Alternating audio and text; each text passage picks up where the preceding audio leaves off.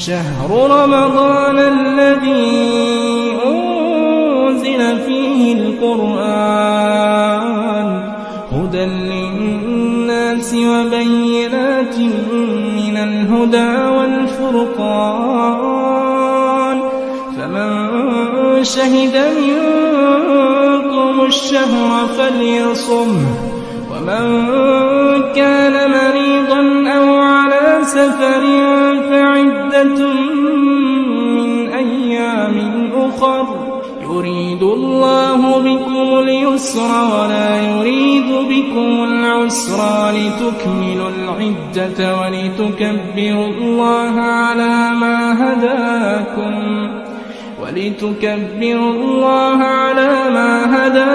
ولعلكم تشكرون. بسم اللہ الرحمن الرحیم نحمده ونصلی علی رسوله الکریم اما بعد ونعوذ باللہ من الشیطان الرجیم بسم اللہ الرحمن الرحیم اللہم صلی وسلم علی سیدنا محمد النبی الامی وآلہ واصحابہ اجمعین رب اشرح لی صدری ویسر لی امری واحلل عقدۃ من لسانی یفقہوا قولی ربی زدنی علما ربی یسر ولا تعسر وتمم بالخیر آمین یا رب العالمین. الحمدللہ جی، ہم آج آغاز کریں گے اپنا پارہ نمبر 22 کا وَمَن يَقْنُتْ، اور اس میں ہم پڑھ رہے ہیں سورہ احزاب آیت نمبر 31 سے. آج ہم آغاز کریں گے اپنے پارے کا. جیسا کہ اللہ رب العزت نے اپنے پاک کلام میں فرما دیا وَلَقَدْ يَسَّرْنَا الْقُرْآنَ لِلذِّكْرِ فَهَلْ مِن مُدَّكِرٍ، اور البتہ تحقیق ہم نے آسان کر دیا اس قرآن کو نصیحت کے لیے، غور و فکر کے لیے، ذکر کے لیے. تو کوئی ہے جو اس پہ غور و فکر کرے؟ اللہ رب العزت سے دعا کرتے ہیں کہ ہمیں صحیح معنوں میں اس پر غور و فکر کے ساتھ پوری طرح فہم حاصل کرنے کی توفیق عطا فرمانا، اور اس کو ہمارے لیے پڑھنا، سمجھنا، سیکھنا، عمل کرنا آسان فرما دینا. اللہم احسن عاقبتنا فی الامور کلہا. اللہ ہمارے اس پارے کا فہم ہمارے لیے حاصل کرنا سہل و آسان فرما دے، اور ہم آسانی سے اس کو سمجھ بھی سکیں، اور اس پر عمل کرنا بھی ہمارے لیے آسان فرمانا. جو احکامات تیرے ہم اس میں پڑھیں، آمین. رب یسر ولا تعسر وتمم بالخیر، آمین یا رب العالمین.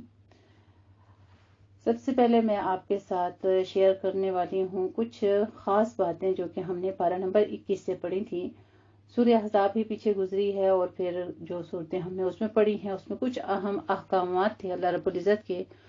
اور جیسا کہ ہم نے پڑھا کہ مال کے بارے میں ذکر آتا ہے کہ مومنین کی پہچان بتائی گئی کہ وہ نماز قائم کرتے ہیں اور وہ زکوٰۃ ادا کرتے ہیں.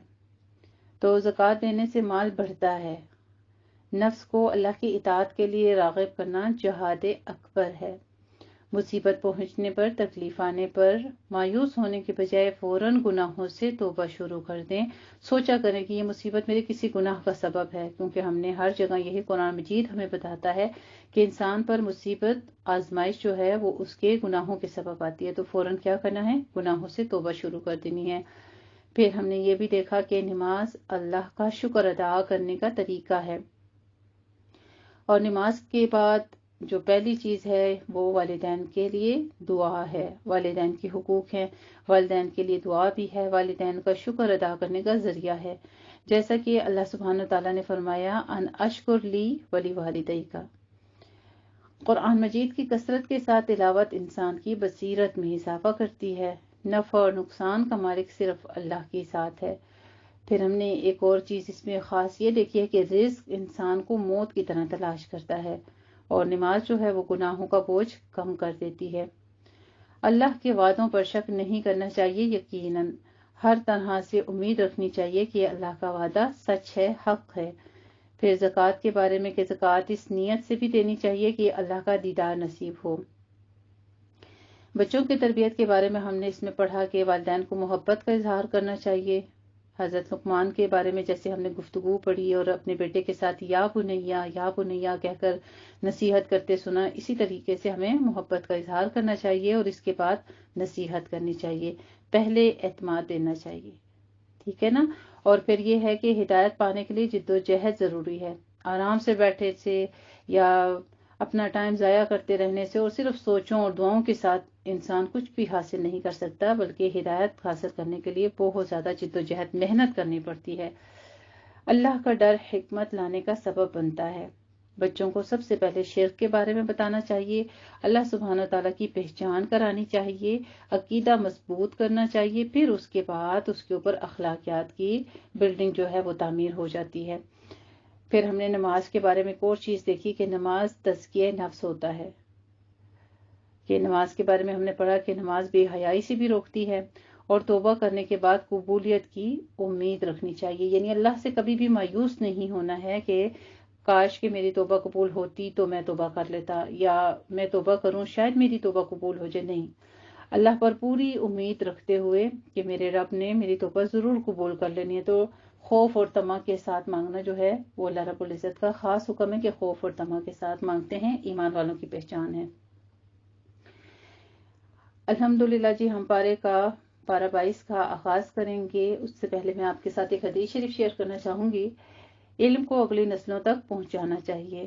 زیاد بن لبید رضی اللہ تعالیٰ عنہ سے روایت ہے کہ نبی کریم صلی اللہ علیہ وآلہ وسلم نے کسی بات کا ذکر کر کے فرمایا کہ یہ اس وقت ہوگا جب علم اٹھ جائے گا۔ میں نے عرض کیا، اے اللہ کے رسول، علم کیسے اٹھ جائے گا؟ حالانکہ ہم خود قرآن پڑھتے ہیں اور اپنے بیٹوں کو پڑھاتے ہیں، اور ہمارے بیٹے اپنے بیٹوں کو اس طرح نسل در نسل قیامت تک پڑھتے رہیں گے۔ فرمایا، زیاد، تیری ماں تجھ پہ روئے، یعنی تم سمجھ نہیں رہے، میں تو تمہیں مدینہ کے سمجھدار لوگوں میں شمار کرتا تھا۔ کیا یہ یہود اور نصارہ تورات اور انجیل نہیں پڑھتے، لیکن ان کی کسی بات پر عمل نہیں کرتے ہیں؟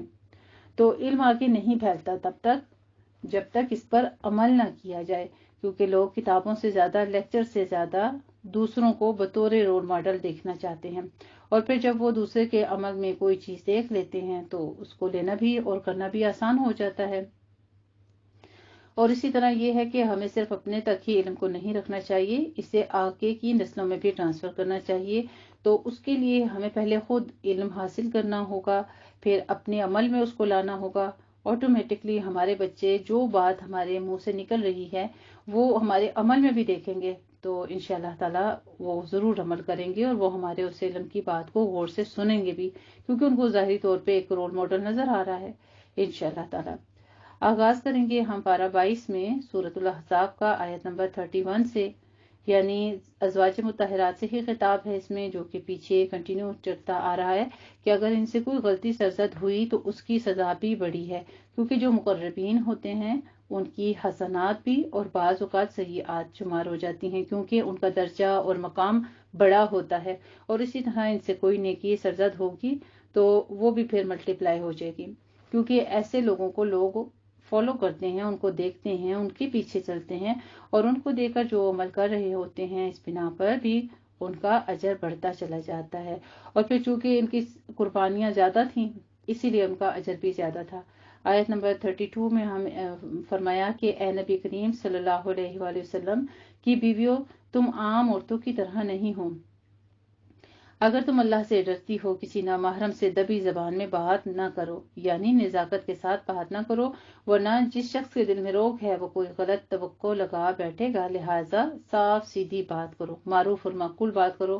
اگرچہ یہ بات ازواج مطہرات سے کی جا رہی ہے، لیکن ازواج مطہرات ہمارے لیے ایک رول ماڈل ہیں۔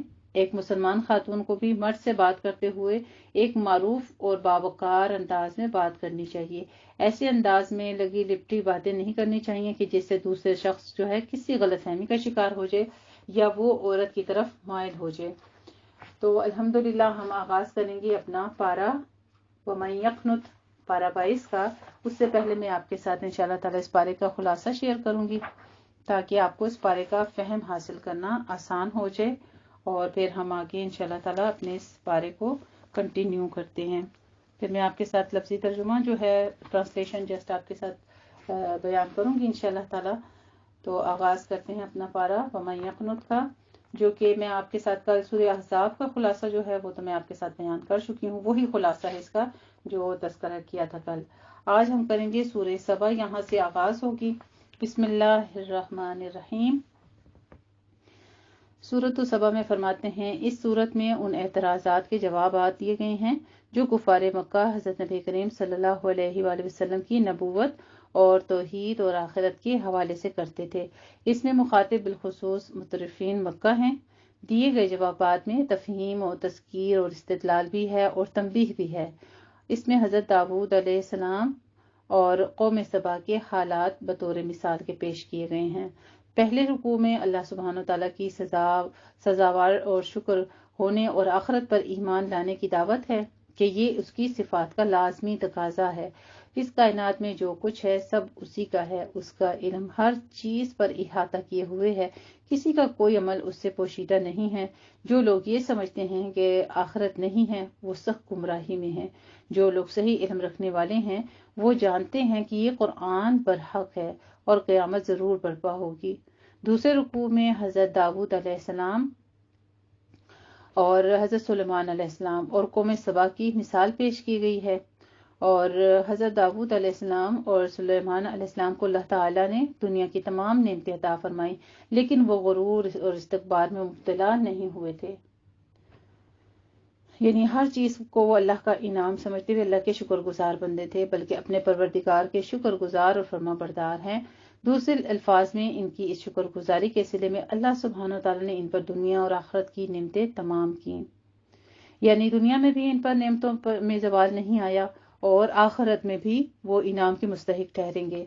ان کے برعکس قوم سبا نے اللہ تعالیٰ کی نعمتیں پا کر اس کی شکر گزاری کی بجائے طغیان اور فساد کی روش اختیار کی، اور اس قوم نے ابلیس کے گمان کو سچا ثابت کر دیا، جس کی پاداش میں اللہ تعالیٰ نے اس کو اپنے تمام افضال سے محروم کر کے ایک افسانہ پارینہ بنا دیا۔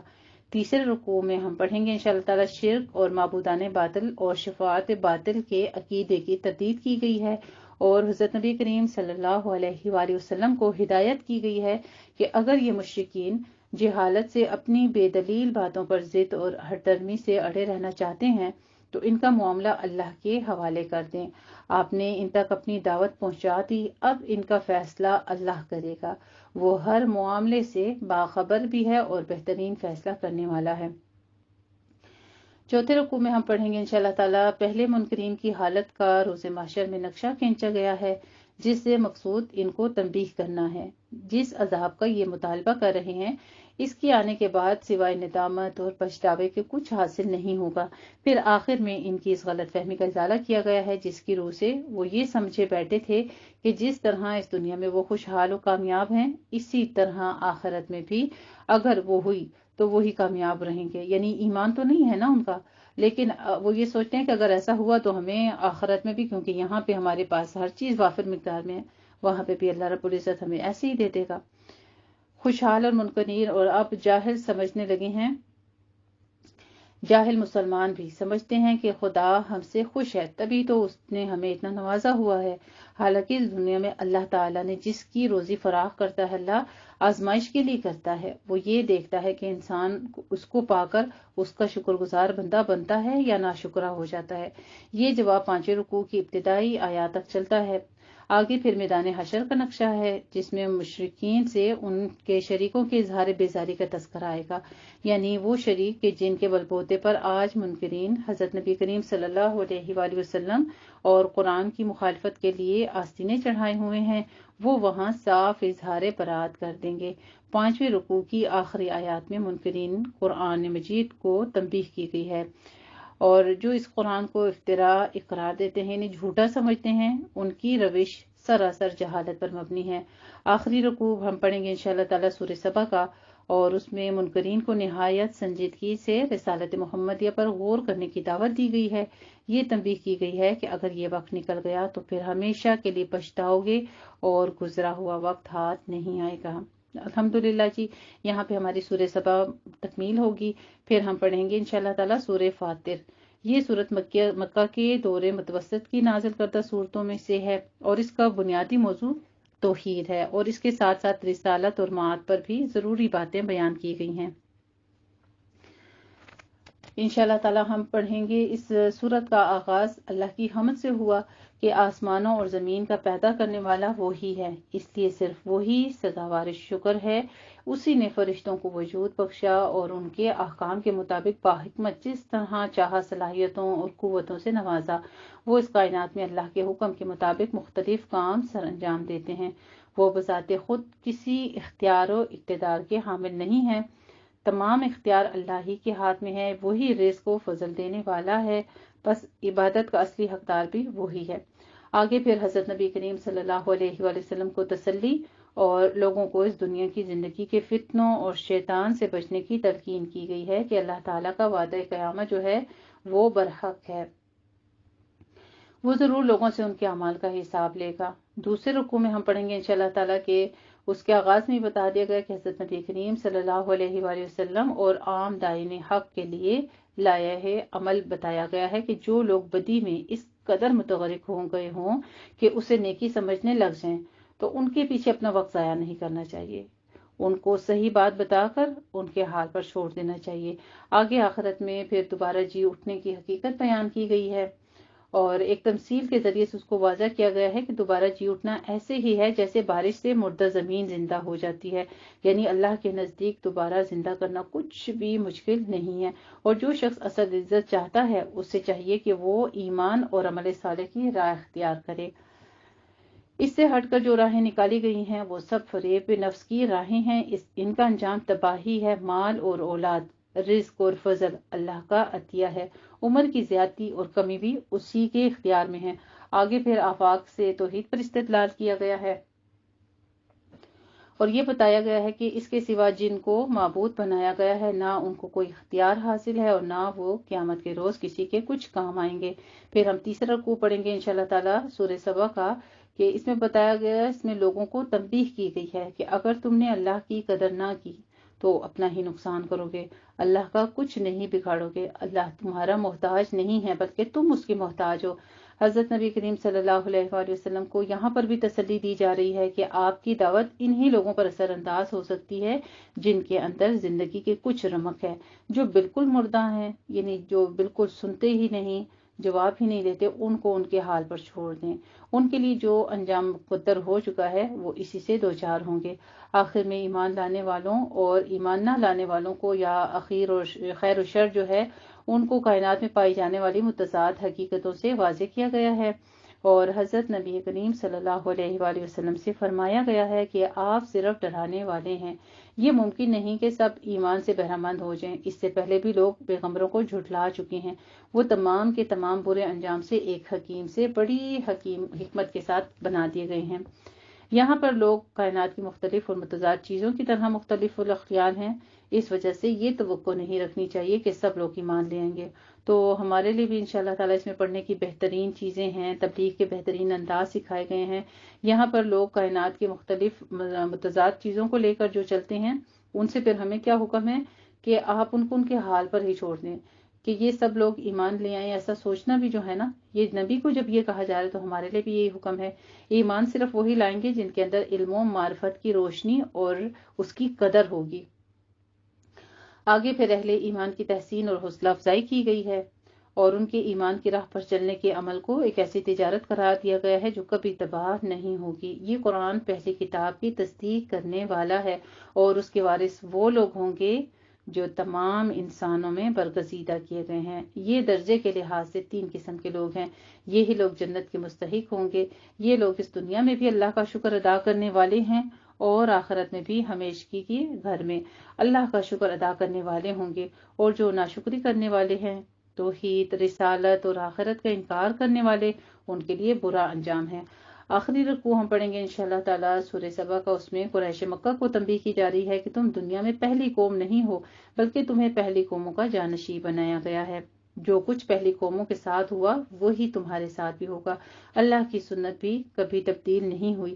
اگر تم نے کفر اور سرکشی کی روش اختیار کی تو بالآخرت پھر مہلت عمل جو ہے وہ ختم ہو جائے گا اور اس کے بعد تم وبال میں پکڑ لیے جاؤ گے. اور یہ مہلت عمل جو ہے وہ ہمیشہ سے قوموں کو دیا جا رہا ہے، جس کی وجہ سے تم اور سرکش ہو رہے ہو. یہ اللہ کی سنت ہے. جب وہ تمہیں پکڑے گا تو تمہارے یہ فرضی دیوتا تمہاری کچھ مدد نہیں کر سکیں گے.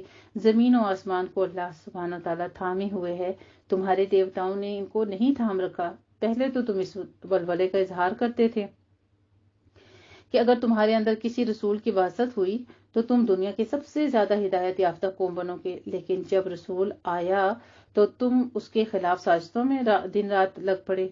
تم اللہ کے اس قہر کو آواز دے رہے ہو جو رسولوں کی تکذیب کرنے والوں پر ہمیشہ نازل ہوتا ہے. یعنی اس آخری رقوع میں بہت زیادہ ڈرایا گیا ہے، تنبیہ کی گئی ہے رسول کی نافرمانی کرنے کے بارے میں. دیکھو اگر اللہ لوگوں کو مہلت دیے بغیر پکڑنے لگتا تو اس روئے زمین پر کوئی نہ بچتا، لیکن یہ اس کی خاص رحمت ہے کہ وہ ہر قوم کو ایک وقت مقرر تک مہلت دیتا ہے تاکہ وہ سنبھل جائیں. مہلت ختم ہونے کے بعد پھر اس زمین پر وہی خلافت پاتے ہیں جو اس کے خاص بنتے ہوتے ہیں. الحمدللہ جی، یہاں پہ سورہ سبا ہماری تکمیل ہوتی ہے، سورہ فاتر. پھر ہم پڑھیں گے آگے سورہ یاسین. تو سورہ یاسین کو قرآن مجید کا دل کہا گیا ہے. اس کی وجہ یہ ہے کہ اس میں دین کی دعوت کو اس انداز سے پیش کیا گیا ہے جس سے دل میں حرکت پیدا ہوتی ہے اور روح بیدار ہوتی ہے. اس میں بنیادی عقائد یعنی توحید، رسالت اور آخرت کا مؤثر انداز میں پیش کیا گیا ہے. بالخصوص آخرت کا نقشہ کھینچ کر لوگوں کو جھنجھوڑا گیا ہے. آغاز میں حضرت نبی کریم صلی اللہ علیہ وآلہ وسلم کی رسالت کے اس بات میں قرآن حکیم کو پیش کیا گیا ہے.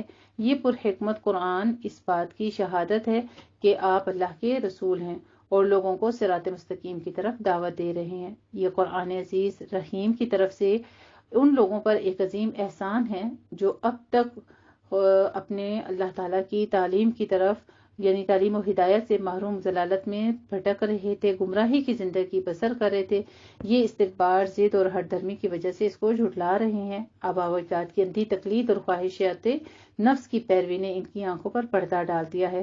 اس وجہ سے یہ نہ ماضی کے کوئی سبق لے رہے ہیں اور نہ مستقبل کا کوئی دھیان کر رہے ہیں. آپ ایسے لوگوں کے لیے زیادہ پریشان نہ ہوں جو اللہ سے ڈرے. یعنی یہاں پہ بھی صورت میں بھی دیکھیے سورہ سبا میں، فاتر میں اور یاسین میں اب اسی طرح کنٹینیولی آپ صلی اللہ علیہ وآلہ وسلم کو بار بار تسلی دی جا رہی ہے کہ آپ زیادہ پریشان نہ ہوں. جو اللہ سے ڈرے اور نصیحت کو سنیں ان کو مغفرت اور اجر عظیم کی بشارت دیں. بالآخر تمام لوگوں کو ہمارے حضور ہی حاضر ہونا ہے. ہمارے پاس ان کا تمام ریکارڈ موجود ہے، ہم ان سے خود ہی نمٹ لیں گے. دوسرے رکوع میں ہم پڑھیں گے انشاءاللہ تعالیٰ ایک بستی والوں کی مثال عبرت کے لیے پیش کی گئی ہے. اس مثال سے کفار کو یہ تنبیہ کرنا مقصود تھا کہ جس طرح اس بستی والوں نے اللہ تعالیٰ کے رسول کو جھٹلایا اور اس کو اسی طرح اسی روش پر زندگی بسر کرتے رہے، اگر تم نے اپنی اس روش کو ترک نہ کیا تو جس طرح ان کا بالآخر برا انجام ہوا اسی طرح تمہارا بھی برا انجام ہوگا. دوسری طرف مومنین کے لیے اس میں تسلی کا سامان اور بشارت بھی ہے کہ شہادت حق پیش کرنے والوں کے لیے اللہ تعالیٰ نے کیسا انعام رکھا ہوا ہے. تیسرے رکوع میں ہم پڑھیں گے انشاءاللہ تعالیٰ اس کائنات میں موجود اللہ کی قدرتوں، اس کی حکمتوں، اس کے نظام ربوبیت کی کارفرمائیوں کی طرف متوجہ کر کے دعوت غور و فکر دی گئی ہے. آگے کفار کے رویے پر تنقید کی گئی ہے. جب انہیں عذاب اور قیامت سے ڈرنے اور گزشتہ قوموں کے حالات سے عبرت پکڑنے کے لیے کہا جاتا ہے اور واضح نشانیں دکھائی جاتی ہے قرآن اور رسالت محمدیہ کی شکل میں یا گزشتہ قوموں کے انجام کی شکل میں، تو وہ منہ پھیر لیتے ہیں اور بالکل عقل سے کام نہیں لیتے. پھر جب انہیں کہا جاتا ہے کہ خلق خدا پر خرچ کرو تو وہ کہتے ہیں کہ بھلا جن کو خدا نے چاہا تو اپنے فضل سے محروم رکھا ہو اور ان کو چاہے تو وہ خود خرچ کر دے. اب ان کو اپنے فضل سے اس نے محروم رکھا تو ان پر ہم کیوں خرچ کریں؟ خدا چاہتا تو خود ہی اپنے فضل سے نواز دیتا. یعنی وہ اللہ کے دین کے معاملے میں تو ہر درم ہے ہی، دنیاوی لحاظ سے بھی اخلاقیات سے بالکل عاری لوگ ہیں. پھر ازراہ تمسخر کہتے ہیں کہ یہ قیامت یا عذاب کا وعدہ کب پورا ہوگا؟ انہیں یاد رکھنا چاہیے کہ اللہ تعالیٰ کے لیے اپنے وعدے کو پورا کرنا کچھ بھی مشکل کام نہیں ہے. وہ چشم زدن میں ایک چنگاڑ کی صورت میں پورا ہو جائے گا، پھر کسی کو لب ہلانے کی فرصت نصیب نہیں ہوگی. چوتھے رکوع میں ہم انشاءاللہ تعالیٰ پڑھیں گے سورہ یاسین کے کہ قیامت کے مناظر جو ہیں ان کی تصویر کشی کی گئی ہے اور اہل ایمان اور منکرین کے انجام کی تفصیل بیان کی گئی ہے۔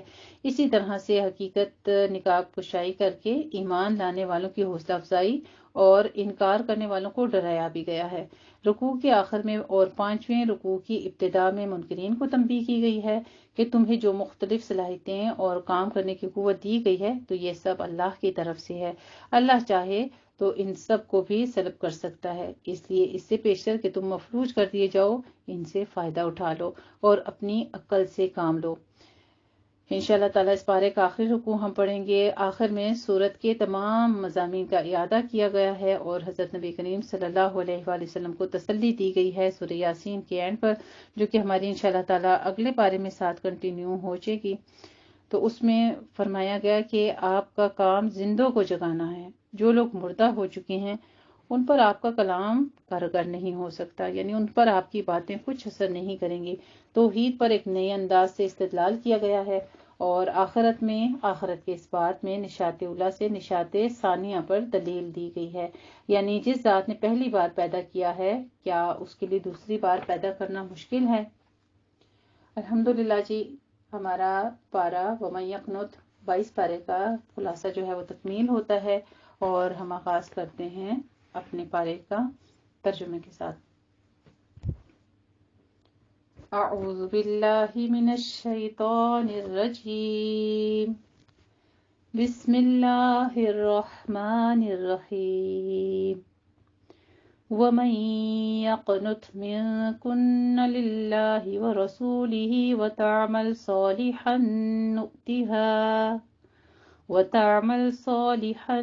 نُؤْتِهَا أَجْرَهَا مَرَّتَيْنِ وَأَعْتَدْنَا لَهَا رِزْقًا كَرِيمًا۔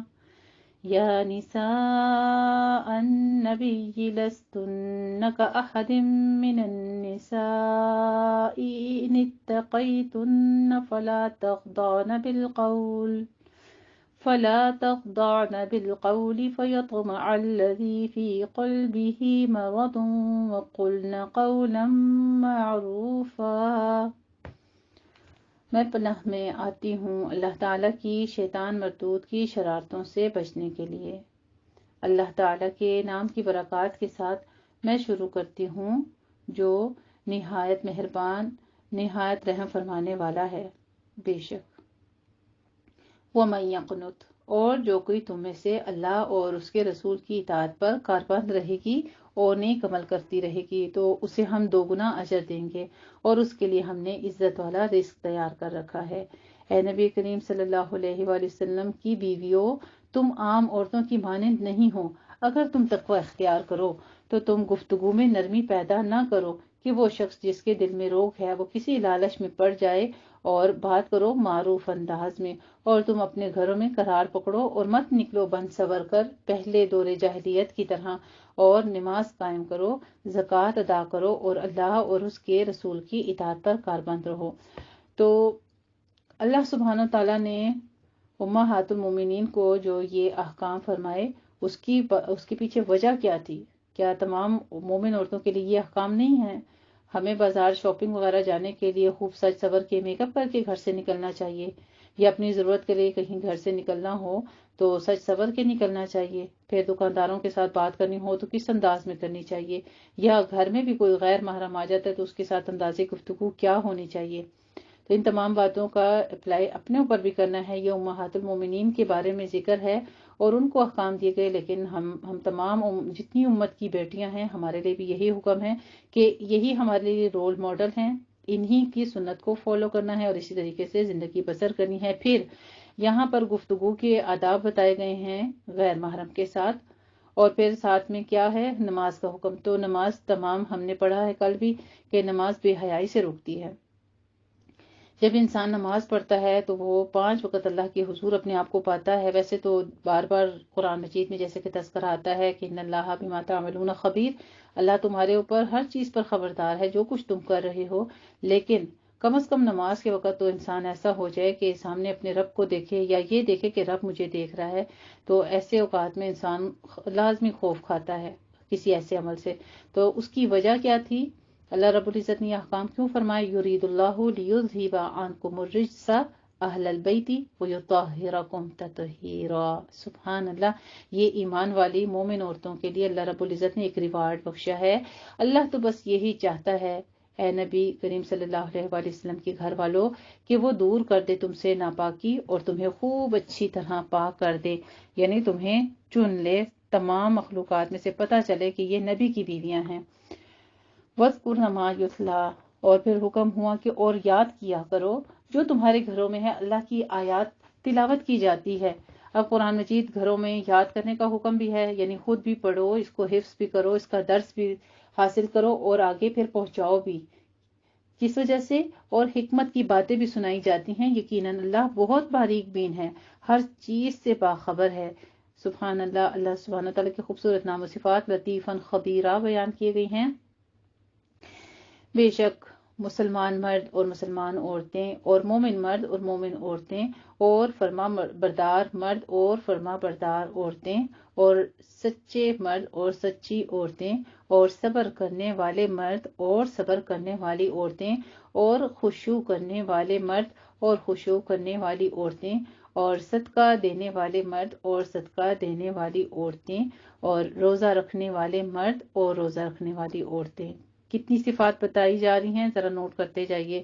اور پھر ساری چیزوں کے ساتھ حکم کیا فرماتے ہیں؟ والحافظین فروجہم، اور اپنی شرمگاہوں کی حفاظت کرنے والے مرد اور اپنی شرمگاہوں کی حفاظت کرنے والی عورتیں اور کثرت سے اللہ کا ذکر کرنے والے مرد اور ذکر کرنے والی عورتیں۔ اللہ نے ان سب کے لیے مغفرت اور بہت بڑا اجر تیار کر رکھا ہے۔ سبحان اللہ، اتنے واضح الفاظ میں ایک مومن سے بات ہوئی، مسلمان سے شروع، تاکیدی جملہ ہے یہ بھی۔ اب وہاں سے دیکھیں بات مسلمان سے شروع ہوئی ہے تو ایک مسلم مرد کو اور عورت کو کیسا ہونا چاہیے؟ ان کے اندر تمام یہ کوالٹیز ہونی چاہیے۔ اگر کسی ایک چیز میں اطاعت میں کمی ہے، فرما برداری میں کمی ہے، یا جھوٹ بولنے کی عادت ہے، سچائی میں کمی ہے، یا وہ صبر نہیں کرتا، یا اس کو اللہ کا ڈر نہیں ہے، خاشعین میں نہیں آتا، یا وہ سچوں میں نہیں آتا، صدقہ کرنے والوں میں نہیں آتا، یا وہ نماز روزہ کرنے والوں میں نہیں ہے، یعنی باقی ساری چیزیں ہیں اس کے اندر لیکن نماز وقت پر نہیں پڑھتا، یا پڑھتا ہی نہیں، کبھی پڑھ لی کبھی نہیں، تو یہ ساری چیزیں جو ہیں اس کے اندر پائی جائیں گی۔ پھر ان کے لیے رزلٹ بھی ساتھ میں بتا گیا، اعد اللہ لہم مغفرۃ واجرا عظیما، کہ ان کے لیے ان کے رب کے ہاں مغفرت بھی ہے اور بہت بڑا اجر تیار کر رکھا ہے۔ اور کسی مومن مرد اور مومن عورت کے لیے روا نہیں کہ جب اللہ اور اس کا رسول کسی معاملے کا فیصلہ کر دیں تو پھر بھی انہیں یہ خیال ہو کہ ان کے لیے اپنے اس معاملے میں کوئی اختیار باقی ہے۔ جیسا کہ آپ کو حضرت زینب کے بارے میں یہ آیات مبارکہ میں شروع میں خلاصہ میں بتا چکی ہوں کہ نکاح کا پیغام آ چکا تھا، آپ صلی اللہ علیہ وسلم نے حضرت زید رضی اللہ تعالیٰ عنہ کے ساتھ ان کا نکاح جو تھا وہ منعقد کر دیا، اور اس کے بعد انہوں نے جب انکار کیا تو اس کے اوپر یہ آیات مبارکہ جو تھیں وہ نازل ہوئیں۔ اور جو کوئی اللہ اور اس کے رسول کی نافرمانی کرے تو وہ صریح گمراہی میں بڑھ گیا۔ وَإِذْ لِلَّذِي أَنْعَمَ اللَّهُ، اور اے نبی کریم صلی اللہ علیہ وآلہ وسلم جب آپ کہتے تھے اس شخص سے جس پر اللہ نے بھی انعام کیا تھا، تو اور آپ نے بھی انعام کیا تھا کہ اپنی بیوی کو اپنے پاس روک کے رکھو اور اللہ سے ڈرو، اور آپ صلی اللہ علیہ وآلہ وسلم اپنے دل میں چھپائے ہوئے تھے وہ بات جسے اللہ ظاہر کرنے والا تھا، اور آپ لوگوں سے ڈر رہے تھے، حالانکہ اللہ اس کا زیادہ حقدار ہے کہ آپ اس سے ڈریں۔ بس جب زید رضی اللہ تعالیٰ عنہ، سبحان اللہ، دیکھیے یہ وہ صحابی ہیں جن کا نام جو ہے قرآن مجید میں آیا ہے۔ کم ہی صحابی کوئی خوش نصیب ہے جس کا نام قرآن مجید میں آیا ہو۔ انبیاء کے سب کے نام نہیں آئے ہیں قرآن مجید میں، اور زید جو ہیں وہ خوش نصیب صحابی ہیں کہ اللہ رب العزت نے ان کا نام قرآن مجید میں لیا۔ فقدا، پھر فرمایا فلما قضا زید منہا، بس جب زید نے اس سے اپنا تعلق منقطع کر لیا، یعنی حضرت زینب سے، تو اسے ہم نے آپ صلی اللہ علیہ وآلہ وسلم کی زوجیت میں دے دیا تاکہ مومنوں کے لیے ان کے منہ بولے بیٹوں کی بیویوں کے بارے میں کوئی تنگی نہ رہے، جبکہ وہ ان سے اپنا تعلق بالکل کاٹ لیں، یعنی جب اس کو طلاق دے دیں اس کے بعد جو ہے وہ منہ بولا بیٹا جو ہے اس کی بیوی کے ساتھ نکاح جو ہے وہ جائز ہے۔ وکان امر اللہ، اور اللہ کا فیصلہ تو پورا ہو کر ہی رہے گا، یعنی اللہ نے تو ایسا فیصلہ کرنا ہی تھا، کیونکہ اسلام کے بیچ میں اس چیز کو آزادی بخشی گئی تھی۔ یہ جو پہلی جاہلانہ ایک رسم تھی یا رواج تھا کہ جو منہ بولا بیٹا بھی ہے اس کو حقیقی رشتوں کے ساتھ جوڑ دیا جاتا تھا، تو یہاں پہ اس رشتے کی، اور یہ دیکھنے میں سننے میں تو بڑا آسان لگ رہا ہے، اس وقت اتنا بڑا فیصلہ جو تھا، ایک ازلوں سے چلتی ہوئی جو رسم تھی کہ اپنے بیٹوں کی، جو منہ بولے بھی ہیں بیٹے بیٹیاں، ان کے رشتوں کے ساتھ بھی نکاح حرام تھا یا نہیں کرتے تھے لوگ.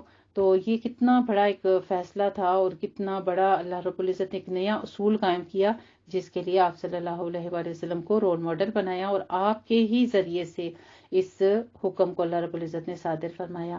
ما کان علی النبی من حرج فیما فرض اللہ لہ، سنت اللہ، یہ اللہ کی سنت ہے، نبی پر کوئی مضائقہ نہیں اس بات میں جو اللہ نے اس کے لیے فرض کر دی گئی. اللہ کا یہی طریقہ ہے ان لوگوں کے بارے میں جو پہلے گزر چکی ہے، اور اللہ کا فیصلہ قطعی طے شدہ تھا.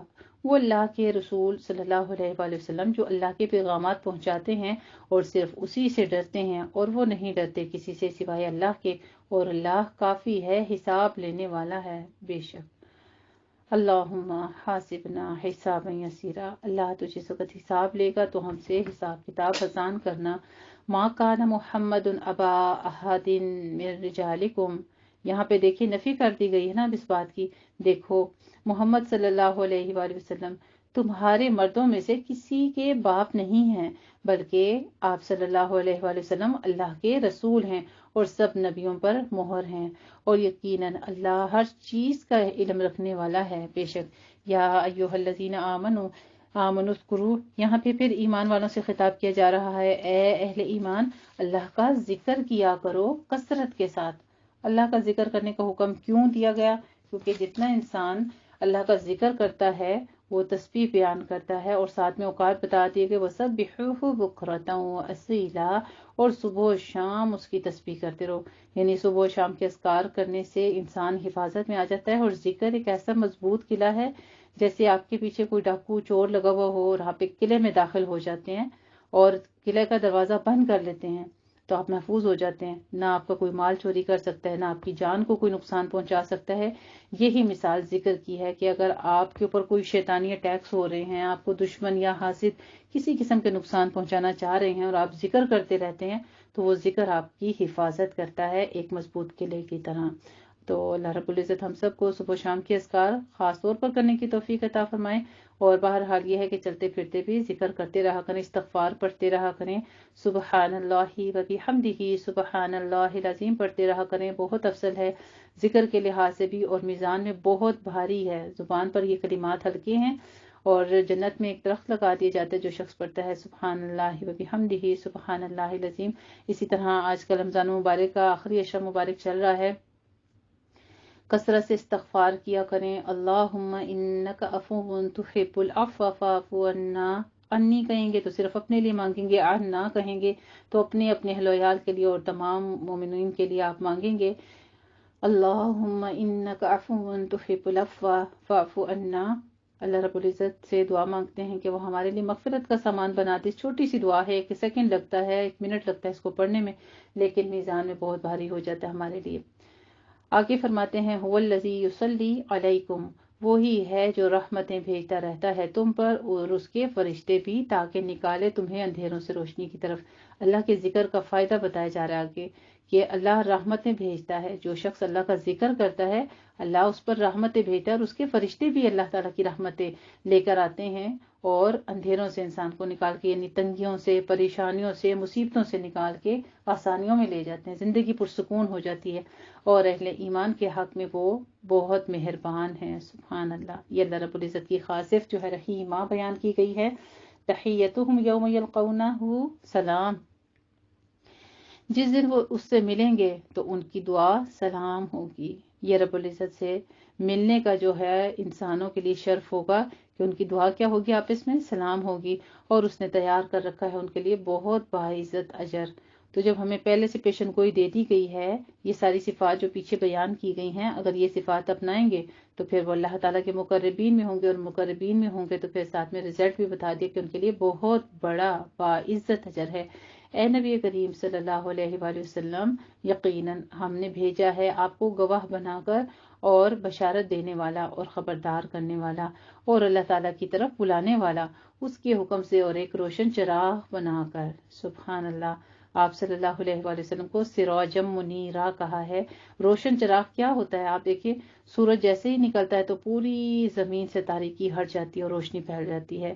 اسی طرح آپ صلی اللہ علیہ وآلہ وسلم کی ذات اقدس جو ہے جب اس دنیا میں مبعوث ہوئے تو پچھلی تمام تاریکیاں جھڑ گئیں اور تا قیامت اسی طرح سے جھڑ جانے والی ہیں۔ اور آپ اہل ایمان کو بشارت دے دیجئے کہ ان کے لیے اللہ تعالیٰ کی طرف سے بہت بڑا فضل ہے۔ پھر انعام در انعام بتایا جا رہا ہے، سبحان اللہ۔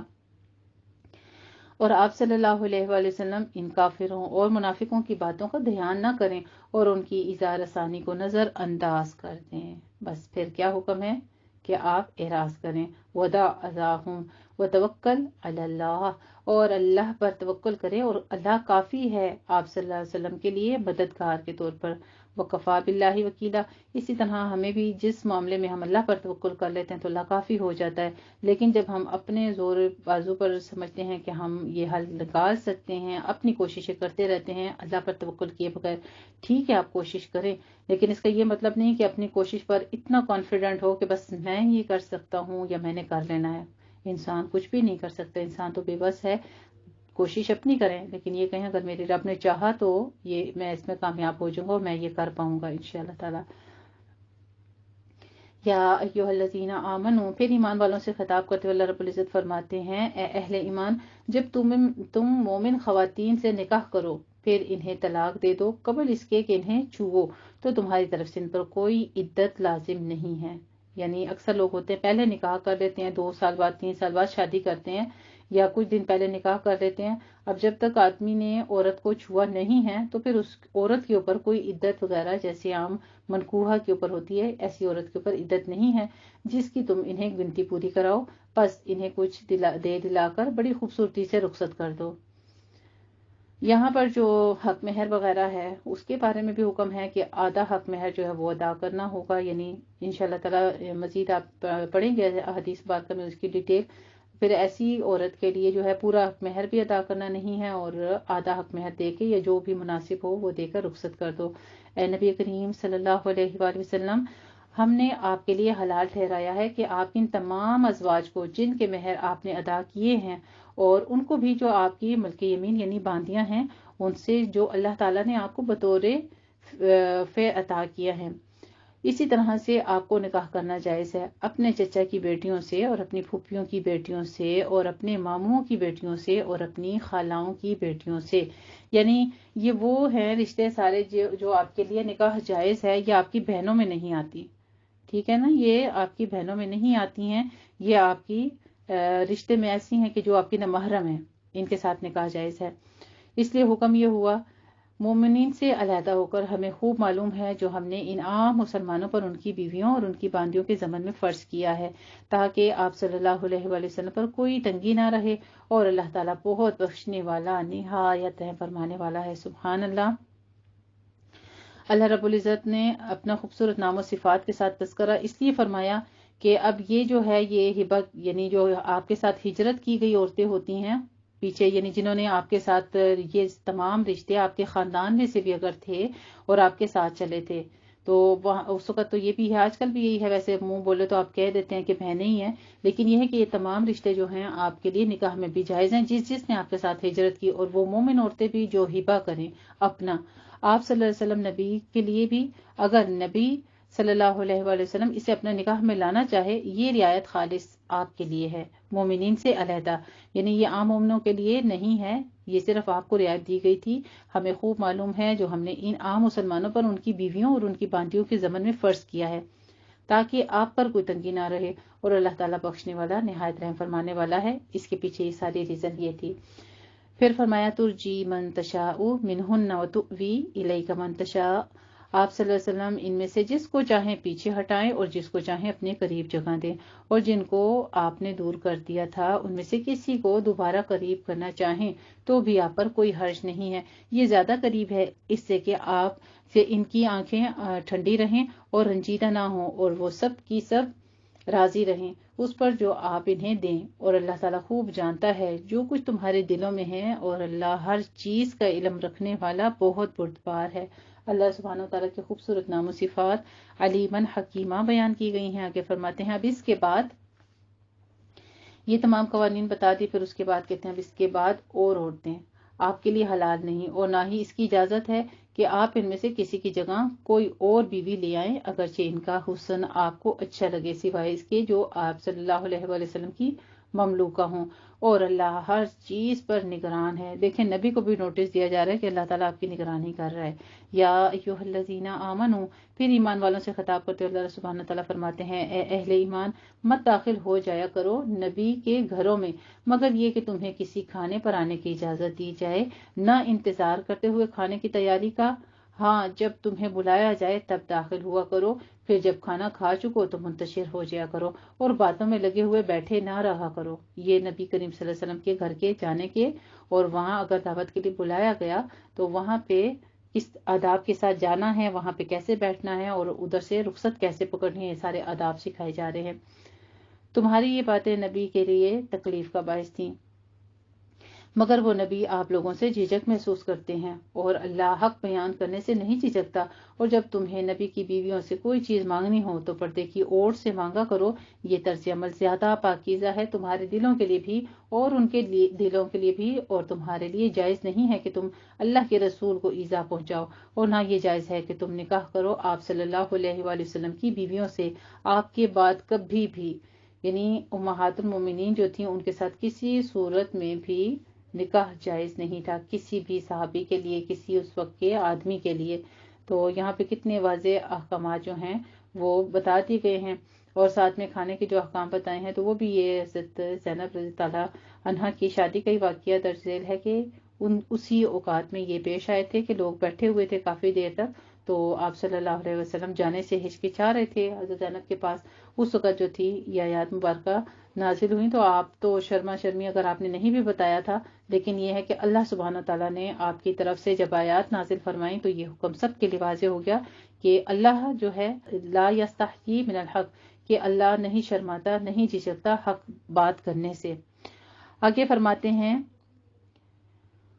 اور ان ذالکم کان عند اللہ عظیما، یقیناً اللہ کے نزدیک یہ بہت بڑی بات ہے، خواہ تم کسی چیز کو ظاہر کرو خواہ چھپاؤ، اللہ یقیناً ہر چیز کا علم رکھنے والا ہے۔ کوئی حرج نہیں ان ازواج نبی کریم صلی اللہ علیہ وسلم پر ان کے باپوں کے معاملے میں، اور نہ کوئی حرج ہے ان کے بیٹوں کے بارے میں، اور نہ ان کے بھائیوں کے بارے میں، اور نہ ان کے بھائیوں کے بیٹوں یعنی بھتیجوں کے بارے میں، اور نہ ان کی بہنوں کے بیٹوں کے بارے میں یعنی بھانجوں کے بارے میں، اور نہ ان کی جان پہچان کی عورتوں کے بارے میں، اور نہ ان کی ملکی یمین کے بارے میں یعنی لونڈیاں اور نوکر جو ہوتے ہیں یا اپنی گھریلو خواتین جو ہیں ان کے بارے میں۔ اور اے نبی کریم صلی اللہ علیہ وسلم کی بیویوں، تم اللہ سے ڈرتی رہو، یقیناً اللہ ہر چیز پر گواہ ہے۔ آگے جو ہے آیت آ رہی ہے، اللہ اور اس کے فرشتے نبی کریم صلی اللہ علیہ وآلہ وسلم پر درود بھیجتے ہیں، رحمتیں نازل فرماتے ہیں، یقیناً تاکیدی جملہ ہے، ان اللہ و ملائکتہ یصلون علی النبی یا ایھا الذین آمنوا صلوا علیہ وسلموا تسلیما۔ تو اللہ رب العزت اور فرشتے جب درود بھیجتے ہیں تو آئیے ہم سب بھی مل کے اللہ تعالیٰ یقیناً اور اس کے فرشتے رحمت نازل کرتے ہیں نبی کریم صلی اللہ علیہ وآلہ وسلم پر، اے ایمان والو تم بھی آپ صلی اللہ علیہ وآلہ وسلم پر رحمت اور سلام بھیجو۔ اللہم صلی علی محمد وعلی آل محمد کما صلیت علی ابراہیم وعلی آل ابراہیم انک حمید مجید۔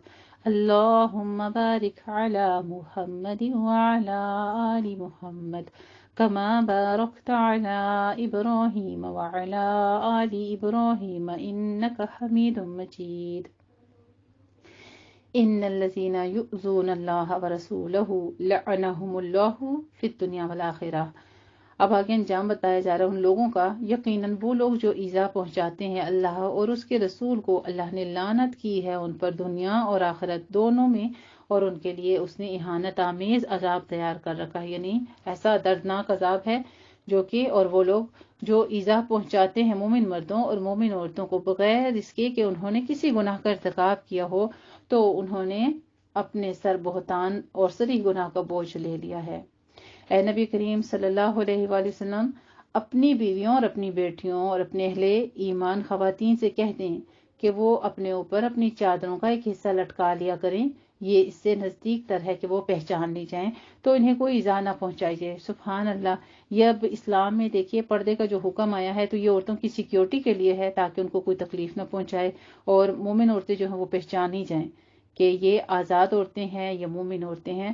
تو لونڈیاں اور غلام جتنی بھی عورتیں ہوتی تھی ان کی نسبت مومن عورتوں کو کیا حکم ہو گیا کہ وہ اس طرح سے اپنی چادریں جو ہیں اپنے اوپر اوڑھ لیا کریں۔ سبحان اللہ۔ اور آج ہماری خواتین جو ہیں پردہ کرنے سے کس قدر ہچکچاتی ہیں، دوپٹے گلوں میں لے کے کس طرح سے باہر سڑکوں پہ نکل جاتی ہیں یا فیملی کے بیچ میں بھی۔ تو آپ دیکھیں کہ پردے کے احکام ہم پیچھے سورہ نور میں بھی تفصیلاً پڑھ چکے ہیں، یہاں پہ پھر آ رہے ہیں، اور اللہ تعالیٰ بہت بخشنے والا ہے، نہایت رحم فرمانے والا ہے۔ اب جس کے اندر یہ عمل نہ ہو پردہ وغیرہ بایا پہننے کا، گھر سے باہر ایسے نکلنے کا، تو ساتھ ہی اللہ رب العزت نے دیکھیے توبہ کے دروازے پھر کھلے رکھے ہیں۔ پچھلے اپنی زمانہ جہالت کے اوپر استغفار کیجیے، اللہ سے مغفرت کی دعا مانگیے، اور اللہ سے دعا کیجیے کہ یا اللہ ہمیں عمل کی توفیق عطا فرما۔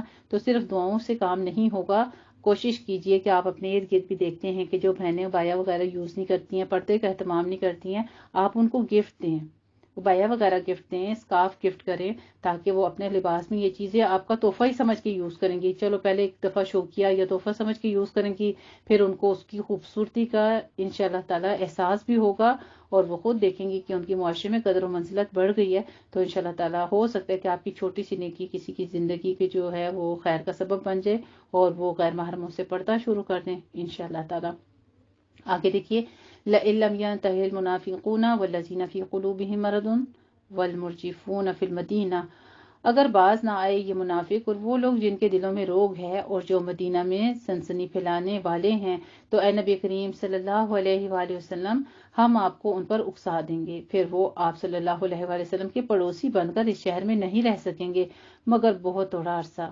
یہ پھٹکارے ہوئے لوگ ہیں، جہاں بھی پائے جائیں گے پکڑ لیے جائیں گے اور بری طرح قتل کر دیے جائیں گے۔ سنت اللہ، پھر اللہ کیا سنت بتاتے ہیں کہ اللہ کا طریقہ یہی رہا ہے ان لوگوں کے بارے میں بھی جو پہلے گزر چکے ہیں، اور تم ہرگز نہیں پاؤ گے اللہ کے طریقے میں کوئی تبدیلی۔ الحمدللہ جی، اس آیت نمبر 62 پر سورہ احزاب کی ہمارا پارا جو ہے وہ ربع ہوتا ہے، لیکن تھوڑی سی صورت رہ گئی، میں انشاءاللہ تعالیٰ اس کو کمپلیٹ کر کے پہلا سیشن کمپلیٹ کروں گی۔ یسألک الناس عن الساعۃ، آیت نمبر 63 سے ہمارا آگے بھی ربع سے آگے شروع ہوتا ہے، جو یہ رکوع ہم انشاءاللہ تعالیٰ نیکسٹ والا بھی اپنا کمپلیٹ کریں گے سورت کو۔ اے نبی کریم صلی اللہ علیہ وآلہ وسلم، لوگ آپ سے قیامت کے بارے میں پوچھتے ہیں، کہہ دیجئے کہ اس کا علم تو اللہ ہی کے پاس ہے، اور تمہیں کیا معلوم شاید کہ قیامت جو ہے وہ قریب ہی آ چکی ہو۔ بے شک اللہ نے کافروں پر لعنت فرمائی ہے اور ان کے لیے دہکتی ہوئی آگ تیار کر رکھی ہے، وہ اس میں ہمیشہ رہیں گے، ہمیشہ ہمیشہ، نہیں پائیں گے وہ کوئی حمایتی اور نہ کوئی مددگار۔ جس دن ان کے چہرے آگ میں الٹ پلٹ کیے جائیں گے، اس وقت وہ کہیں گے، ہائے کاش ہم نے اطاعت کی ہوتی اللہ کی اور اطاعت کی ہوتی رسول کی، اور وہ کہیں گے، اے ہمارے پروردگار، ربنا انا اطعنا سادتنا وکبراءنا فاضلونا السبیل، ہم نے اپنے سرداروں اور اپنے بڑوں کی اطاعت کی تو انہوں نے ہمیں سیدھی راستے سے بھٹکا دیا، اے ہمارے پروردگار تو ان کو دگنا عذاب دے اور ان پر لعنت فرما، بہت ہی بڑی لعنت۔ یا ایھا الذین آمنو، پھر ایمان والوں سے اللہ رب العزت خطاب کرتے ہوئے فرماتے ہیں کہ تم ان لوگوں کی مانند نہ ہو جانا جنہوں نے موسیٰ علیہ السلام کو اذیت دی تھی، تو اللہ نے ان کو بری طرح سے ثابت کر دیا، یا اس بات سے جو انہوں نے کہی تھی، اور وہ اللہ کے نزدیک بڑے مرتبے والا تھا۔ اے اہل ایمان، اللہ کا تقوی اختیار کرو اور بات کیا کرو سیدھی، قولا سدیدا، یعنی سیدھی بات کیا کرو، اچھی بات کیا کرو، ٹیڑھی ویڑھی باتیں یا اللہ سے دین کو روکنے والی باتیں، اللہ کے قریب جانے والی باتیں جو ہیں ان کو مت اختیار کیا کرو۔ اور اس کے بارے میں یہی چیز آتی ہے کہ جب اللہ تعالیٰ جس چیز کی ہدایت دیتے اس ہدایت سے روکنا جو ہے یا اس کی طرف سے روکنا جو ہے، یہ بھی قولاً سدیدہ کے خلاف آتی ہے۔ تقوی کے ساتھ کیا ہے ایمان اور اللہ کے حکم، جو اطاعت اللہ کی ہے اور اس کے رسول کی، وہ بیان کرنا۔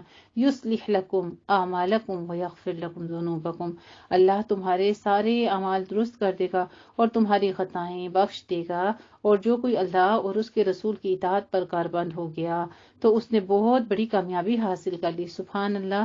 دیکھیے آج ہمیں ایک اور کیٹیگری پتہ چلتی ہے کامیاب لوگوں کی، اور وہ کون ہیں؟ جو سیدھے سیدھے اللہ کے حکموں کو سنتے، سیکھتے، پڑھتے اور اللہ کا تقوی اختیار کرتے ہیں، تو پھر اللہ تعالیٰ ان کے بگڑے ہوئے بھی تمام، یعنی جو گناہ بھی ہیں ان کی نیکیوں میں بدل دیتے ہیں، ان کے تمام بگڑے ہوئے عادتیں، بگڑے ہوئے اعمال جو ان کو سنوار دیتے ہیں، تو وہی لوگ ہی کامیابی پانے والوں میں سے ہو جاتے ہیں۔